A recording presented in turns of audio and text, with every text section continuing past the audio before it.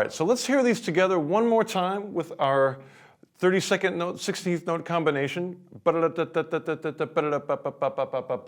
2, 3 from the C. 2, 3, 4. 2, 3, 4. 2, 3, 4. 2, 3, 4. 2, 3, 4. A, 3, 4. 2, 3, and the B. And an octave higher on the C.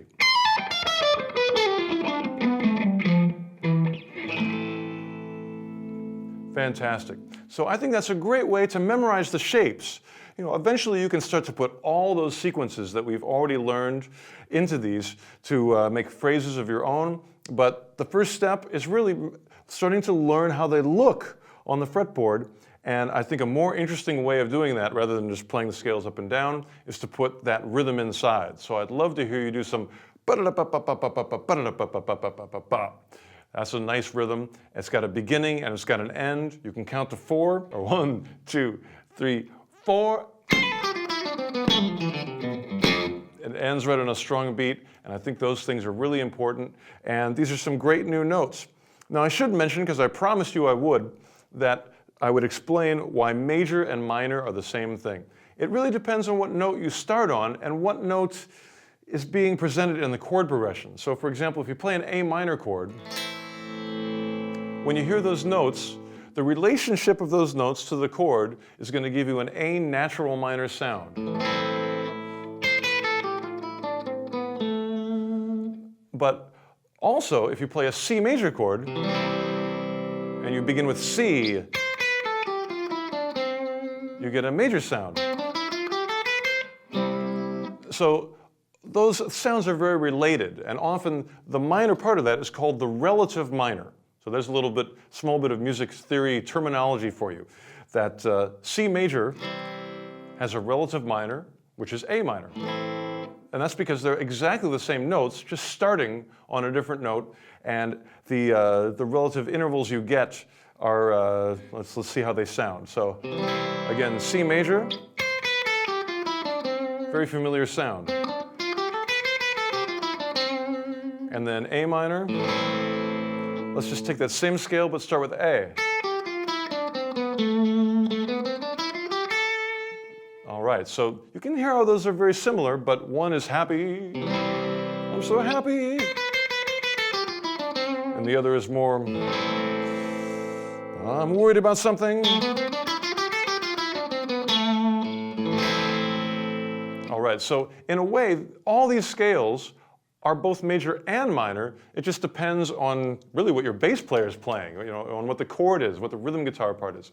So it's more of a relationship to the chord that makes it major or minor. All right, the more that you get into learning songs and hearing how people use these scales, that will really teach you that in great depth. So I recommend learning a lot of tunes and just listen. You know, when you hear a song that has a scale, you know, analyze what it is. Was it a major or is it minor? What kind of shapes did they use? That's really what taught me how to use these scales, was finding them in tunes, and they're everywhere. So pick out your favorite music and search for the scales and see if they work with these fingerings.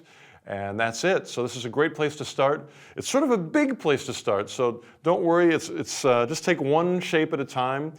Maybe just find your favorite shapes. You might not even need all of them. You know, I certainly use some of them more than others. I have my favorites. My favorite is probably this one, I like that one a lot. It's very major sounding, and it's easy to play because the shapes are very symmetrical. Or, you know, they repeat the shape. I get to have, you know, both these fingers on a half step and a whole step, and both these fingers on a whole step and a half step, and then 2 whole steps. So it's really easy to visualize. That's my favorite. So if you want to start there, that's a good one. All right. And just take them a little bit at a time. And these you can do some amazing fast stuff in here. So but start slow and make sure that your notes sound good, and have a great time with 2, 3, 4. 2, 3, 4. 2, 3, 4. 2, 3, 4.